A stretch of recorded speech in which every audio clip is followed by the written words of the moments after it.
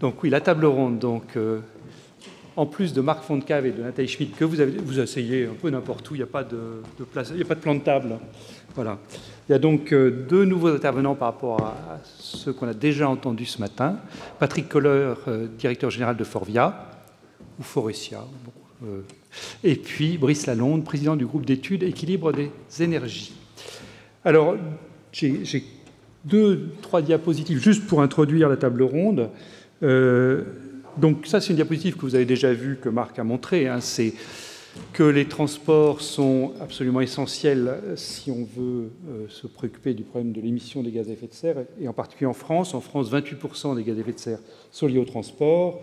Et ça, c'est encore quelque chose que Marc a dit ce matin, mais qui va jouer un rôle dans cette table ronde, que les véhicules particuliers sont aux alentours de 50% de ce qui est émis par l'ensemble des transports en France.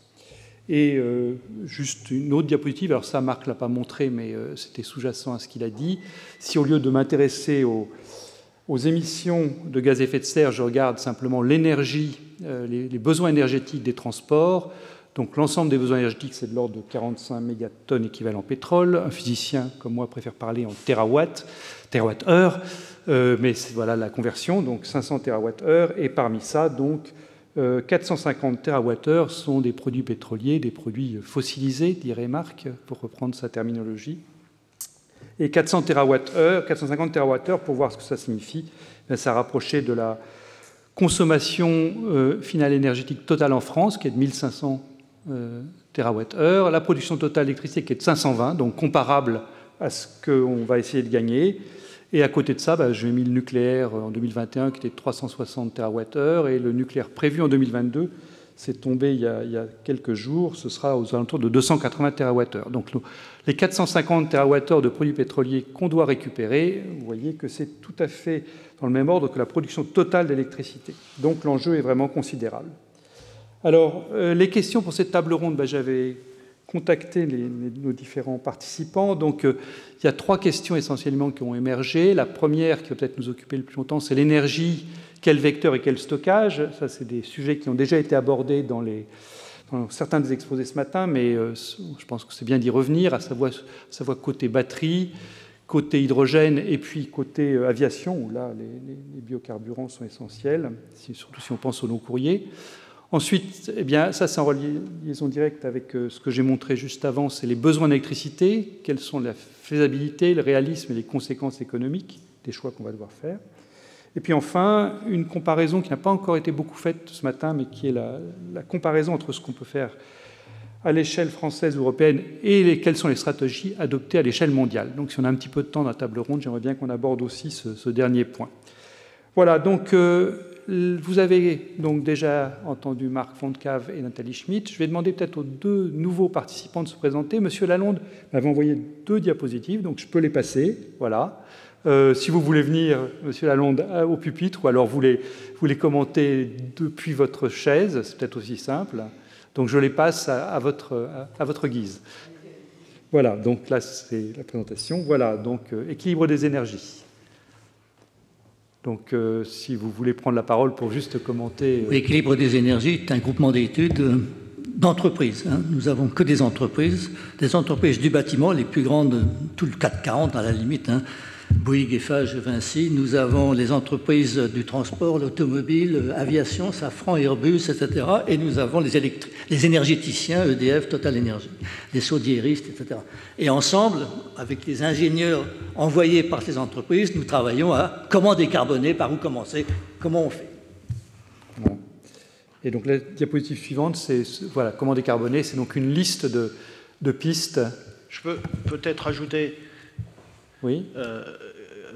Cette association, on peut appeler ça comme ça, produit beaucoup de choses, produit une publication très intéressante et depuis, enfin en tout cas que je suis au courant, organise des webinars qui ont beaucoup de succès avec des spécialistes des différentes questions. Voilà. Et donc je peux laisser la parole à M. Kohler pour se présenter, enfin présenter son entreprise également en quelques minutes. Ouais, c'est plus intéressant de présenter l'entreprise. Donc Forvia, c'est la fusion entre ex-Faurecia et une société allemande que nous avons rachetée et qui s'appelle Hella.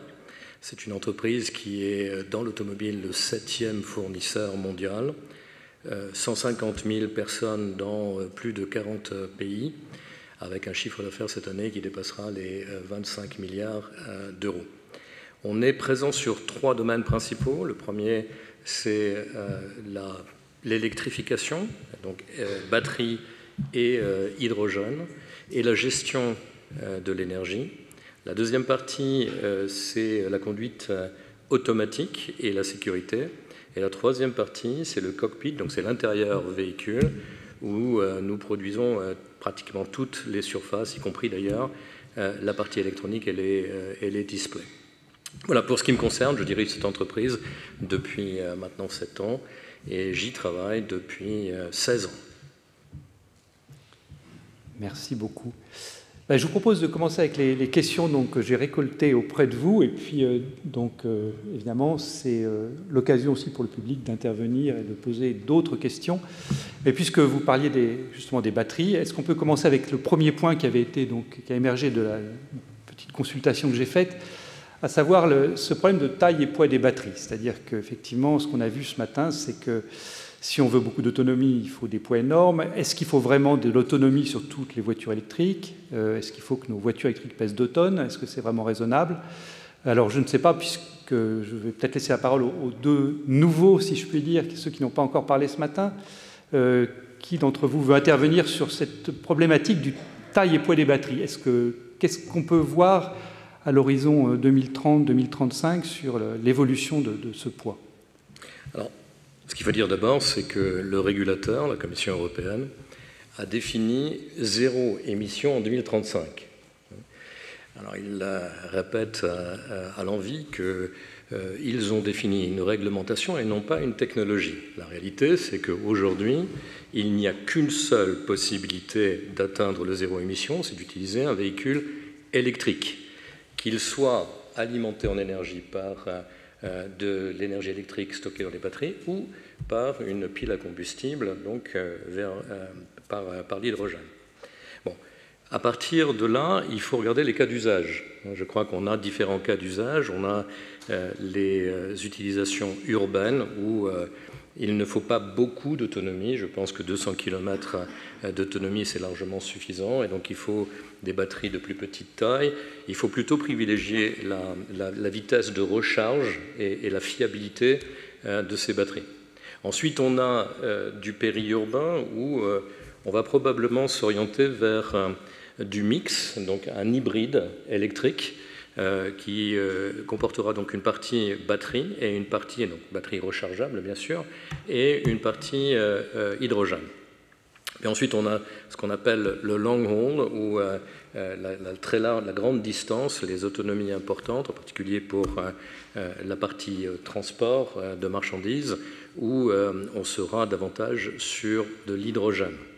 Ce que l'on pense aussi, c'est que quand vous regardez les infrastructures, il est moins cher d'investir dans les 2 infrastructures simultanément que de choisir une seule infrastructure. Or, des périmètres urbains, si vous voulez électrifier les autoroutes, ça va vous coûter une fortune absolue. Imaginez l'autoroute du Soleil avec le flux que vous avez aujourd'hui avec les pompes à essence. Eh bien, il vous faudrait 70 charges rapides pour avoir un flux identique. Je vous laisse imaginer ce que coûterait d'alimenter ces 70 charges rapides dont vous n'aurez d'utilité qu'une vingtaine de jours par an et probablement même moins. Donc, les batteries, oui, elles font partie maintenant du paysage et je pense que personne ne conteste le 0 émission. Je crois que c'est un objectif qui est aujourd'hui accepté, voire désiré par tout le monde. C'est une nécessité. Mais ce qui est important, c'est à quelle vitesse y allons-nous et quels sont les investissements et quelles sont les propositions relatives au cas d'usage que nous proposerons aux consommateurs.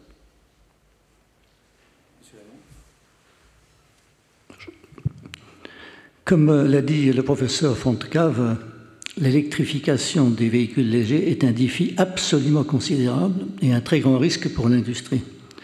Ce n'est pas simplement la batterie, c'est aussi le logiciel qui est malheureusement souvent américain. Et il faut que la voiture vous dise, tiens, ben, tu as une station de recharge à 20 km à droite, tu peux la réserver. Le problème, c'est que pour l'instant, il y a un gars qui est en train de charger, il n'aura pas fini avant 20 minutes, etc. Donc il faut vraiment que tout ceci fonctionne correctement. Et nous voyons déjà aujourd'hui un certain nombre des états d'âme.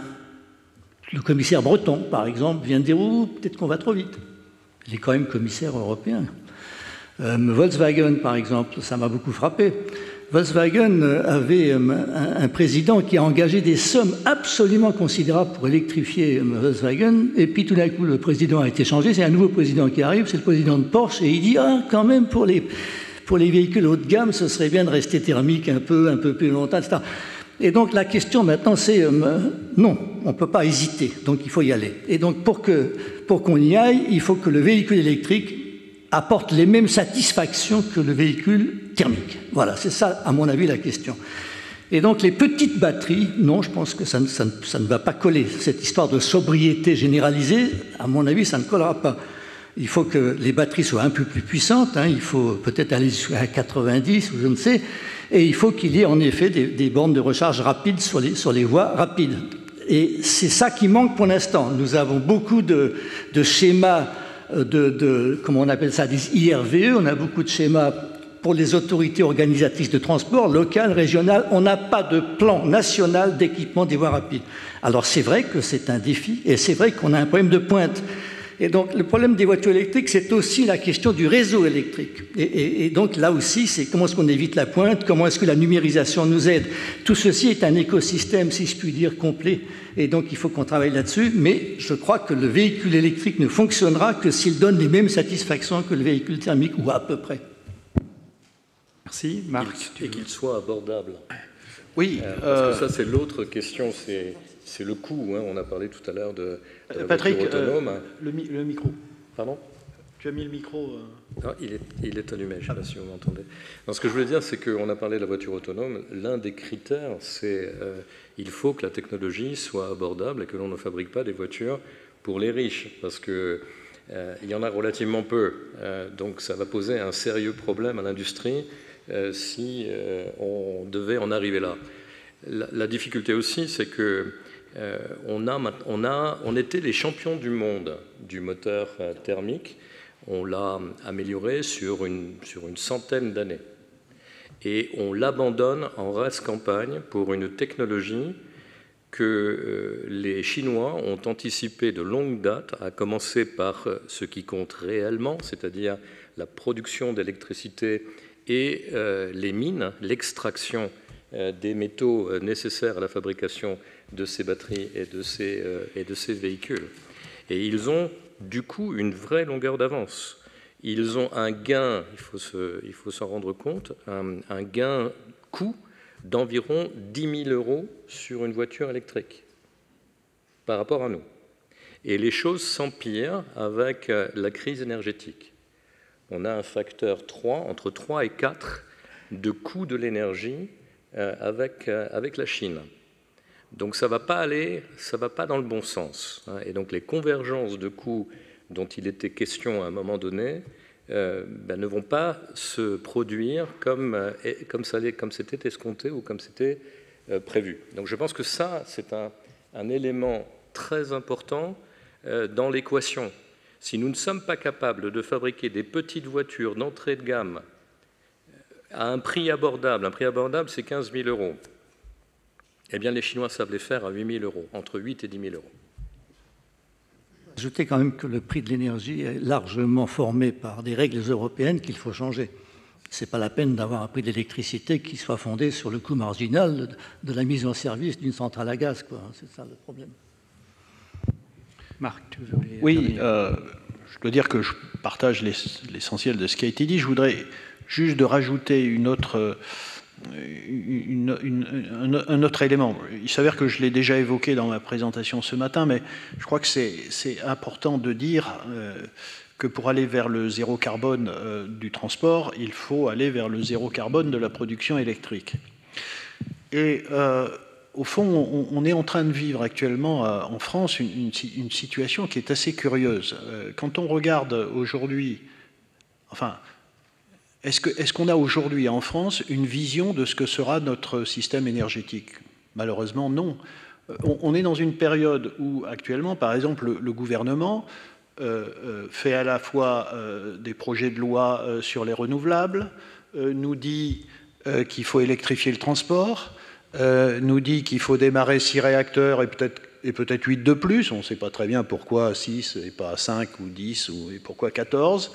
Et en fait, on n'est pas loin d'être sur le point de préparer la nouvelle loi de programmation pluriannuelle de l'énergie, où chacun d'entre nous peut s'exprimer d'ailleurs, mais on ne sait toujours pas, on n'a aucune vision de ce que sera notre système énergétique, de ce qu'on vise, et je ne parle pas que du ratio entre nucléaire et énergie renouvelable. Donc là, on est vraiment dans une situation qui est extrêmement floue et sur le plan politique, pas très solide. Donc je crois qu'on a un intérêt quand même à revenir sur cette question en amont, à nouveau, pour que le véhicule électrique soit bas carbone, il faut que l'énergie soit bas carbone. Et donc je pense qu'il y a aussi une nécessité, peut-être à l'occasion de cette loi de programmation pluriannuelle de l'énergie, de dire qu'est-ce qu'on veut en France comme production électrique, qu'est-ce qu'on veut comme stockage d'énergie. Et puis aussi, parce que Jean, tu l'as soulevé, c'est vrai qu'en général, quand on parle d'énergie, vous l'aurez remarqué vous-même, quand vous parlez d'énergie, en gros, vous parlez surtout d'électricité, vous parlez de nucléaire, vous parlez d'éolien, vous parlez de photovoltaïque, et puis vous ne parlez pas de la partie qui correspond à 75% de notre consommation, qui est la partie thermique. Et même dans tous les scénarios, alors je répète ça régulièrement, mais même dans tous les scénarios futurs, on nous dit très bien, on règle très bien la partie électrique, et puis la partie thermique, c'est l'angle mort, et tu as évoqué les 500 TWh qu'il va falloir trouver, alors quand il n'y a plus de fossiles, comment on fait, voilà, donc il y a toutes ces questions-là qui doivent être, à côté de l'électrification du transport, traitées, parce que sinon, on pourra toujours construire des véhicules électriques, et si l'électricité, alors dans notre pays, certes, c'est déjà pas mal, mais dans les autres pays européens, si l'électricité n'est pas décarbonée ou a du mal à se décarboner, à ce moment-là, tout cet effort et peut-être cette destruction d'une économie, Patrick Koller a évoqué l'avance que nous avions en Europe sur l'économie du véhicule thermique, toute cette avance-là va être perdue pour la remplacer par, même si nous la gagnions, la révolution de l'électrique, par quelque chose qui n'aura pas d'effet sur le carbone aussi important que ce qu'on espère. J'ajouterais d'ailleurs en fait que je pense que là on parle du transport, mais cette problématique de l'accès à l'énergie, il faut aussi la mettre en perspective avec les autres usages qui vont aussi nécessiter de l'électricité bas carbone. On parlait d'un gigawatt, vous parliez d'un gigawatt pour les véhicules électriques sur l'autoroute. Un gigawatt, c'est aussi ce dont on aurait besoin pour... tous les 200 km. Tous les 200 km. Oui. Un gigawatt, c'est aussi ce dont on aurait besoin pour faire produire l'hydrogène nécessaire à un aéroport comme Roissy. C'est aussi ce dont on a besoin, mais c'est aussi ce dont on a besoin pour électrifier un cracker, pour faire de l'éthylène, pour faire de la chimie. Un gigawatt, c'est aussi ce dont on a besoin pour produire 2000 tonnes par jour d'ammoniac. Donc, il y a un moment, il va aussi falloir regarder, bon, bien sûr, les transports, mais l'ensemble des besoins et de voir, il y a une question d'ordre de mérite aussi qui est à prendre en compte. Pour rappel, 1 gigawatt, c'est essentiellement un EPR. C'est une tranche nucléaire. Quelques 20% près, oui.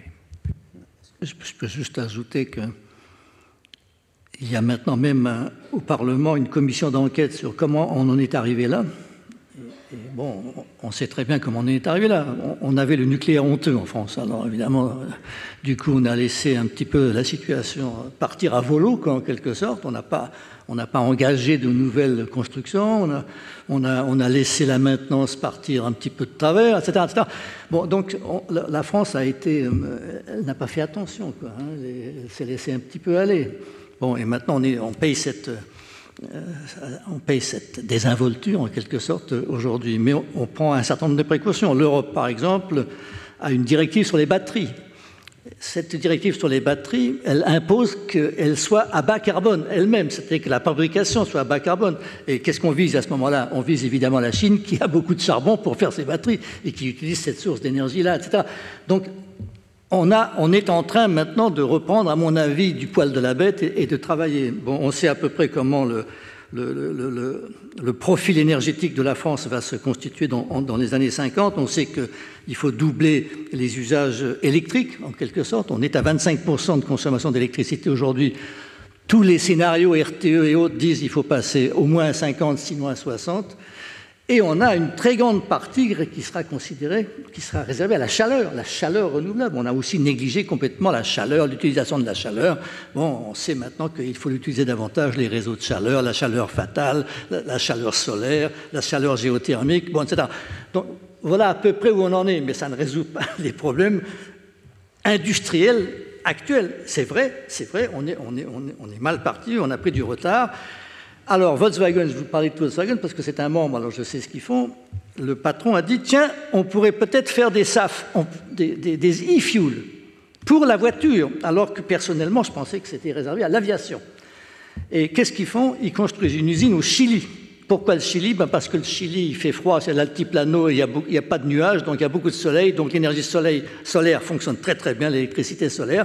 Et là, ils veulent faire une usine pour produire des e-carburants, hein, précisément ce qu'on a dit tout à l'heure avec l'IFP, on mélange de l'hydrogène produit de bas carbone avec du CO2 récupéré, ou avec du carbone issu de l'atmosphère ou d'ailleurs.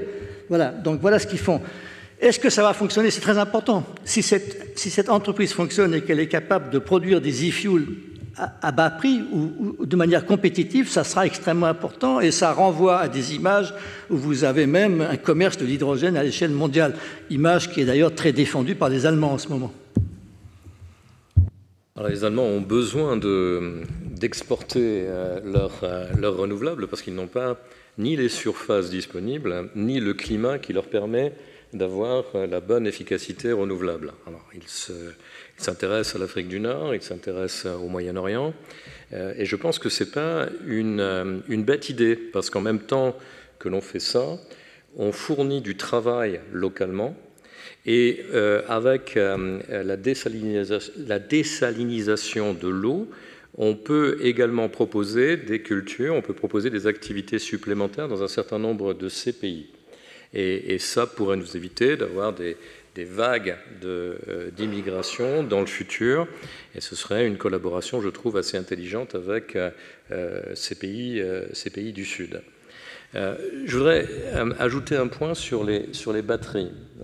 Donc, on nous dit, M. Canfin très récemment, qu'on va fabriquer des batteries de façon extrêmement productive en Europe et que peut-être même qu'on aura un excès de capacité. Alors il faut quand même savoir un truc sur les batteries, c'est que ce qui fait l'essentiel du coût, c'est deux choses, ce sont les métaux et c'est l'énergie. Et encore une fois, ces métaux sont à 90% plus raffinés en Chine.